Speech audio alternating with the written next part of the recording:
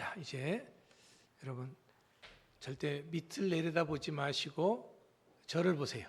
예, 저를 보셔야지만이 그래도 하나님의 말씀이 조금이라도 들려집니다. 밑을 내려다보면 어떻게 돼요? 예, 밑에는 아주 우리의 눈을 잡아당기고 우리의 영혼을 잡아당기는 악한 사탄 마귀가 우리를 막고 있습니다. 그러니까 앞을 잘 쳐다보시고 졸지 마세요. 예, 오늘은 꼭 여러분 졸지 마시기 바랍니다. 제가 그렇게 당부를 해도 조신다 그러면은 각오를 하십시오. 네. 자, 근데요, 사람이요 망각의 동물이래요. 뭐라고요? 잘 잊어버린다라는 거죠. 제가 이렇게 광고를 했어도 잊어버리고 또 졸아요. 제가 광고를 했는데도 목사님 언제 그런 말씀 하셨어요? 그러시는 분들이 있어요. 그래서 제가 주보에다가 항상 잘 기록을 해 놓습니다. 그런데도 그래요? 그런 일이 있었어요? 그렇게 물어보시면 참 곤란해지죠.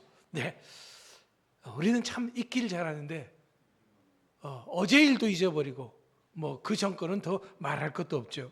그러나 잊어야 할 것이 있고 잊지 말아야 할 것이 있거든요. 잊지 말아야 할 것은 우리가 꼭 기억해야 될 것은 하는데, 잊어야 될 것은 나에게 아픔을 준 사람이라든가 내가 잘못했던 거 그런 것들은 다 잊어야 될 것들도 많거든요. 잊어야 될 것은 잊지만은 잊지 말아야 될 것은 잊지 말아야 됩니다. 근데 사람은 잘 잊다 보니까 문제가 됩니다. 성공하면은 출발점을 잊어버리고요. 또 일이 잘 되면은 어려웠을 때를 잊어버립니다. 건강이 회복되면은 병상에서 눈물을 흘리며 기도했던 때 그 마음 각오 다 잊어버립니다.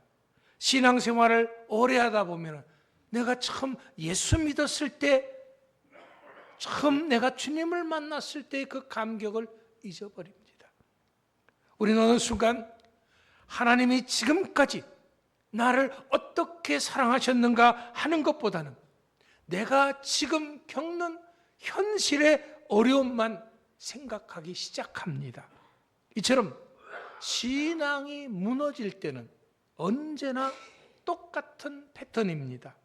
은혜를 잊어버리고 현실에 몰입하게 된다라는 것입니다. 그래서 오늘 바울은 우리에게 이렇게 말합니다. 너희를 부르심을 보라.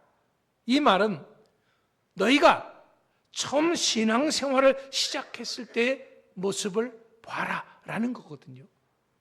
하나님이 너를 언제, 어디서, 어떤 모습이었을 때 건져냈는지를 기억하라는 말씀입니다.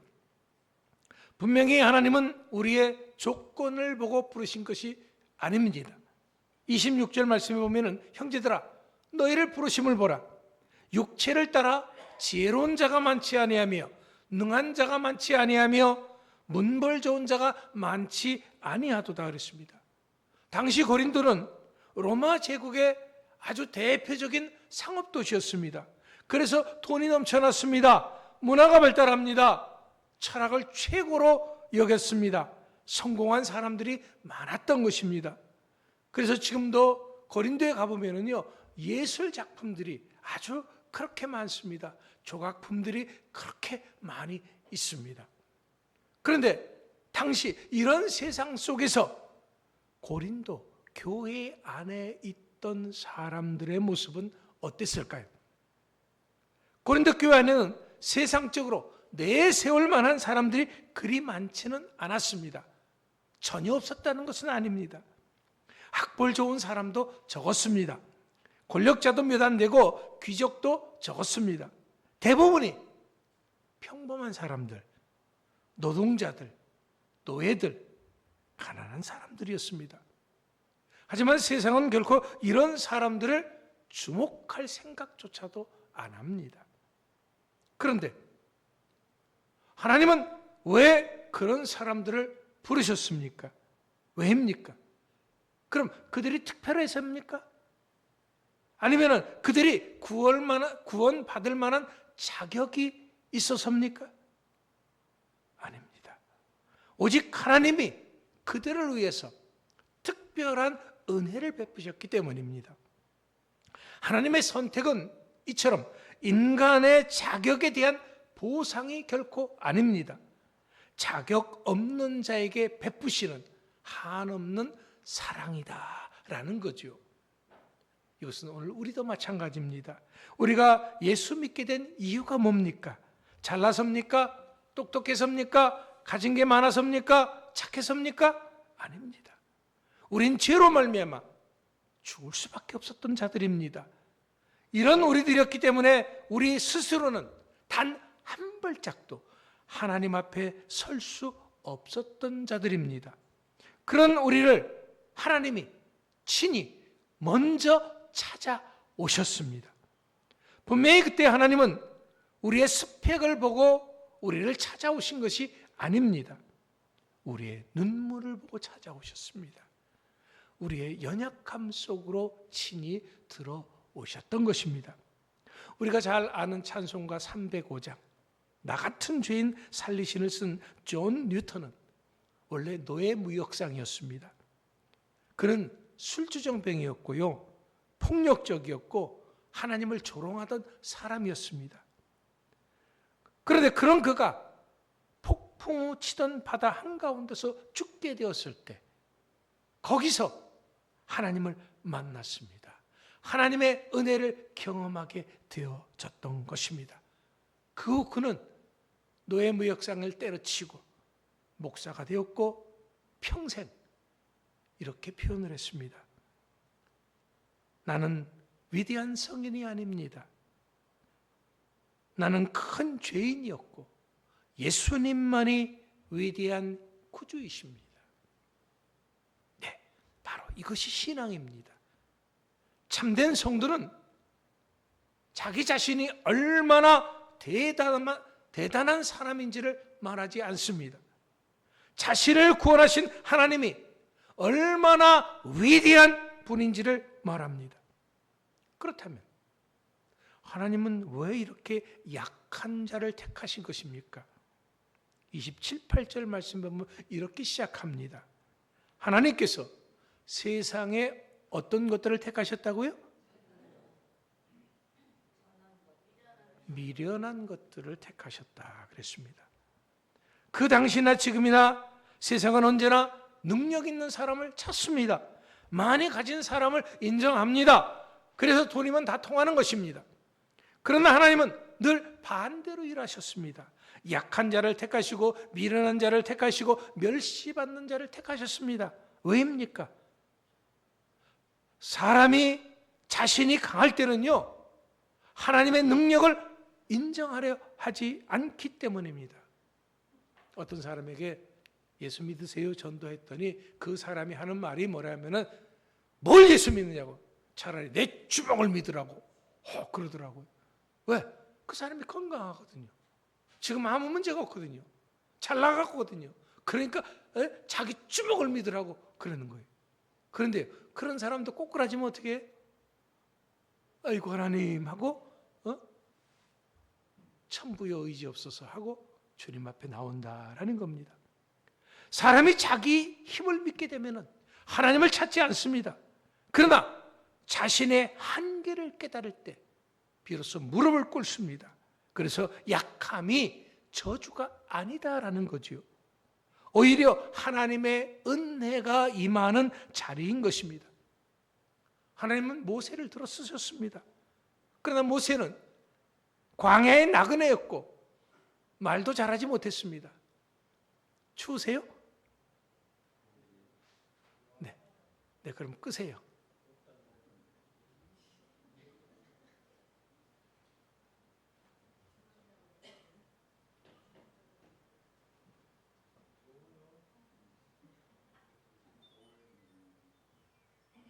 네, 이제 더우면은 이제 또 졸죠.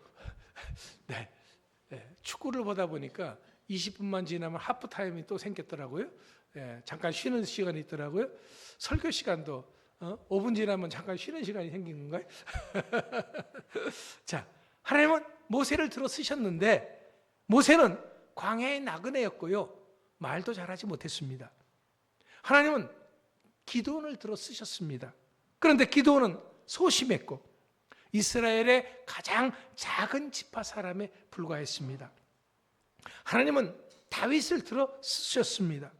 그런데 다윗은 들판에서 양이나 치던 아이였고 집안에서조차 인정받지 못했던 막내였습니다. 하나님은 베드로를 들어 쓰셨습니다. 그는 변방 갈릴리의 평범한 어부였고 성격조차도 불같이 변덕스러운 사람이었습니다. 하나님은 바울을 들어서 쓰셨습니다. 그런데 바울은 하나님을 거역했었고 믿는 자들을 핍박했던 사람입니다. 그런데도 하나님은 왜 이런 별 볼 일 없는 사람들을 들어 쓰셨습니까? 하나님은 능력 있는, 능력 없는 사람들을 좋아해서입니까? 아닙니다. 하나님이 잘난 사람에 대한 알레르기가 있어서입니까? 아닙니다. 하나님은 하나님의 능력이 드러날 사람을 찾으시는 것일 뿐입니다. 그렇기 때문에 오늘 우리의 약함은 결코 문제가 되지 않습니다. 오히려 그 약함을 인정하지 않는 것이 문제입니다. 이것은 우리가 세상 어디에도 기댈 곳이 없을 때 하나님의 기적을 경험하는 가장 좋은 기회임을 말하는 것입니다. 그렇기 때문에 눈물 흘리는 사람이 하나님의 위로를 경험하는 거죠. 자신이 부족하다고 인정하는 사람이 하나님의 채우심을 경험하는 것입니다. 자신이 능력 있고 잘났다고 하는 교만은 하나님의 은혜를 막아버리지만 나는 아무것도 아닙니다 라고 하는 그러한 겸손은 은혜의 통로가 되는 줄 믿으시기 바랍니다. 중국 선교의 아버지라고 불리는 허드슨 테일러라고 하는 선교사가 있습니다. 그 사람이 이런 말을 했습니다. 하나님의 일은 하나님의 방법으로 하면 하나님의 공급이 끊어지지 않는다. 허드슨 테일러가 중국에서 사역하는 기간 동안 셀 수 없이 재정이 끊어졌습니다. 오다 안 오고 안 오다 오고 수많은 어려움이 있었다라는 겁니다. 때로는 동역자들이 떠나갔고 질병과 고난이 그의 동역자가 되기도 했었습니다. 그러나 하나님은 그의 약함을 통해서 수많은 영혼을 살리신 줄 믿으시기 바랍니다. 그렇다면 이제 우리가 기억해야 할 것은 하나님은 우리의 자랑을 십자가로 바꾸신다라는 겁니다. 그러니까 이 말은 무슨 말입니까? 우리의 자랑을 깨뜨리신다라는 거죠. 29절 말씀입니다. 이는 아무 육체도 하나님 앞에서 자랑하지 못하게 하려 하심이라. 문제는 사람은 누구를 막론하고 자신을 자랑하고 싶어 합니다. 사람은 끊임없이 어떻게 해서든지 자신을 드러내려 합니다. 그래서 어떤 사람은 자신이 가진 돈을 자랑합니다. 내가 이만큼 가졌어. 어떤 사람은 학력을 자랑하고, 어떤 사람은 경력을 자랑하고, 어떤 사람은 자녀를 자랑하고, 심지어는 신앙도 자랑합니다. 기도를 자랑하고, 봉사를 자랑하고, 직분조차도 자랑합니다. 내가 누군데 하는 그런 것이 있다라는 거죠. 하지만 하나님은 우리의 이런 모든 자랑을 십자가 앞에서 무너뜨립니다. 왜냐하면 십자가는 인간의 공로가 전혀 개입될 수 없는 사건이기 때문입니다. 우리 모두는 죄인입니다. 죽을 수밖에 없었습니다. 모두 심판받아야 했습니다. 그런데 예수님께서 나를 구원하기 위해서 대신 죽으셨습니다. 그래서 십자가 앞에서는 목사도, 장로도, 권사도, 집사도, 초신자도 모든 같은 존재입니다. 십자가 아래 우리 모두는 다 그저 용서받은 죄인일 뿐이지 자랑할 것이 하나도 없다라는 거죠. 우리는 예수님의 피가 아니면 설 수 없는 자들입니다. 그렇기 때문에 이제 우리가 항상 잊지 말아야 할 것은 우리를 사랑하시는 예수님이 우리의 모든 것 되신다 하는 것입니다. 30절 말씀입니다. 예수는 하나님으로부터 나와서 우리에게 지혜와 의로움과 거룩함과 구원함이 되셨으니, 바로 이 말씀이 복음의 핵심입니다. 우리는 지혜가 없습니다. 그런데 예수님이 우리의 지혜가 되어 주셨습니다. 우리는 의로울 수 없었습니다. 그런데 예수님이 그 생명을 통해서 우리를 의롭다 해 주셨습니다. 우리는 거룩할 수 없습니다. 그런데 예수님이 우리의 거룩함이 되어 주셨습니다. 우리는 죄의 노예였습니다. 그런데 예수님이 그 생명으로 우리를 구속하셨습니다. 하지만 예수님은 우리에게 무엇을 주신 분이 아닙니다. 그렇다면 예수님은 우리의 모든 것이 되시는 분이신 줄 믿으시기 바랍니다. 이제부터 우리의 신앙은 무엇을 가졌는가에 초점을 맞춰서는 안 됩니다. 내가 지금 누구 안에 있는지에 초점을 맞춰야 합니다. 우린 예수님만 계시면 돈이 없어도 부유한 사람입니다. 예수님만 계시면 건강이 약해도 소망이 있는 사람입니다. 우린 예수님만 계시면 환경이 아무리 힘들어도 승리할 수 있는 사람입니다. 그렇다면 이것을 좀 더 확실하게 하는 방법이 무엇입니까? 그것은 우리가 우리의 처음 자리로 돌아가는 것입니다. 31절 말씀입니다. 자랑하는 자는 주 안에서 자랑하라. 사랑하는 성도 여러분, 우리는 원래 자랑할 것이 없는 사람들이었습니다. 죄인이고 멸망을 향해 가던 사람들이었습니다. 그런데 이런 우리를 예수님이 택하셨습니다.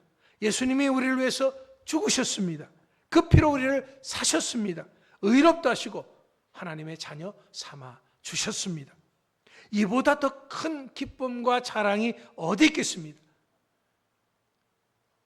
이보다 더 큰 영광이 어디 있겠습니까? 그래서 우리가 처음 믿고 구원받았던 그 십자가 앞으로 돌아가야 하는 것입니다. 그것을 잊어버리는 순간 은혜도 사라지기 때문입니다. 여러분, 신앙생활을 오래 하다 보면은 가장 무서운 것이 뭔지 아세요? 큰 죄를 짓는 게 아닙니다. 가장 무서운 거는요, 처음 은혜를 잊어버리는 것입니다. 요한계시록 2장 4절에서 예배석 교회를 향해서도 너의 처음 사랑을 버렸느니라 그들을 책망하셨습니다. 이스라엘 백성들이 광야에서 실패했던 이유도 마찬가지입니다. 그들을 애굽의 노예 생활에서 건져내신 하나님의 은혜를 잊었습니다. 홍해를 가르시고 만나를 내려주시고 반석에서 물을 내신 하나님의 은혜를 잊었습니다. 은혜보다는 현실의 어려움을 더 크게 보기 시작했습니다. 과거의 은혜를 잊어버리자 현재의 불평이 시작된 것입니다. 감사가 사라지자 원망이 시작된 것입니다. 결국 은혜를 잃어버린 백성은 광야에서 넘어지고 말았습니다. 우리도 마찬가지입니다. 은혜를 기억하는 자는 하나님이 나를 이렇게 도우셨다, 하나님이 나에게 역사해 주셨다, 그것을 기억하는 사람은 감사하지만 은혜를 잃어버리는 사람은 불평합니다. 은혜를 기억하는 사람은 겸손하지만 은혜를 잊어버린 사람은 교만해집니다. 은혜를 기억하는 사람은 기도하지만 은혜를 잊어버린 사람은 자기 힘을 의지합니다. 그래서 사탄이 가장 먼저 뺏어가는 것이 무엇인 줄 아십니까? 돈도 건강도 아닙니다. 바로 처음 은혜에 대한 기억을 뺏어가는 것입니다. 왜냐하면 처음 은혜를 잊어버리면 결국 예수님도 희미해지기 때문입니다. 우리의 신앙은 언제나 십자가에서 시작되고 십자가에서 완성되는 것입니다. 여러분, 우리가 어디서 구원받았습니까? 십자가입니다. 우리가 어디서 죄사함 받았습니까? 십자가입니다. 우리가 어디서 하나님의 자녀가 되셨습니까? 십자가입니다. 우리가 어디서 새로운 삶을 시작했습니까? 십자가입니다. 그렇기 때문에 우리의 신앙은 언제나 십자가로 돌아가야 합니다. 십자가를 바라보면 교만해질 수 없습니다. 십자가를 바라보면 남을 정죄할 수 없습니다. 십자가를 바라보면 감사하지 않을 수 없습니다. 십자가를 바라보면 눈물이 날 수밖에 없습니다. 왜냐하면 거기서 내가 얼마나 큰 죄인인지를 보게 되고 동시에 하나님께서 얼마나 나를 사랑하셨는지를 보게 되기 때문입니다. 바울은 평생 위대한 사도였습니다. 수많은 교회를 세웠고 수많은 기적을 경험했습니다. 그러나 그의 고백은 항상 변하지 않았습니다. 나의 나 된 것은 하나님의 은혜로 된 것이다 라는 거죠. 여러분, 신앙이 깊어진다는 것은 자신이 대단해지는 것이 아닙니다. 하나님의 은혜가 더 크게 보여지는 것입니다. 예수님이 더 귀하게 보이는 것입니다. 여러분, 오늘 본문은 우리에게 묻고 있습니다. 너는 어디서부터 시작했느냐? 우리 모두는 각자의 이야기가 있습니다. 눈물의 자리에서 시작한 사람도 있고요, 질병 가운데서 시작한 사람도 있고, 실패 가운데서 시작한 사람도 있고, 상처 가운데서 시작한 사람도 있고, 죽고 싶었던 자리에서 시작한 사람도 있습니다. 그러나 분명한 것은 하나입니다. 어떤 자리에서 신앙생활을 시작했든지 그 자리까지 먼저 찾아오신 분은 우리 하나님이셨습니다. 우리가 하나님을 찾은 것이 아니고 하나님이 먼저 우리를 찾아오셨습니다. 우리가 하나님을 사랑한 것이 아니고 하나님이 먼저 우리를 사랑하셨습니다. 우리가 하나님께 손을 내민 것이 아니고 하나님이 먼저 우리를 붙드셨습니다. 그렇기 때문에 우리의 인생은 처음서부터 끝까지 은혜입니다. 지금까지도 은혜였고 앞으로도 은혜입니다. 마지막 천국 가는 그 순간까지도 은혜인 것입니다. 사랑하는 성도 여러분, 오늘 바울은 우리에게 말합니다. 너희를 부르심을 보라.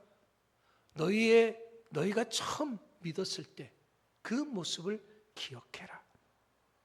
우리가 어디서 건진받았는지를 기억합시다. 우리가 얼마나 큰 은혜를 받았는지를 기억합시다. 그리고 평생 십자가를 붙듭시다. 우리의 자랑은 세상도 세상도 내가 이루었던 그 어떤 성과도 직분도 아닙니다. 우리의 자랑은 오직 예수 그리스도입니다. 그렇기 때문에 남은 인생 동안 우리는 고백합시다. 나의 다 된 것은 하나님의 은혜입니다. 나는 아무것도 아니지만 예수님은 나의 전부가 되십니다. 자랑할 것이 있다면 오직 십자가뿐입니다. 이 고백을 잊지 않는 저와 여러분 되시기 바랍니다. 우리에게 하나님께서 베푸셨던 그 처음 은혜를 끝까지 붙들고 승리하는 우리 주사랑교회 모든 성도들이 다 될 수 있기를 간절히 축원합니다. 기도합니다. 하나님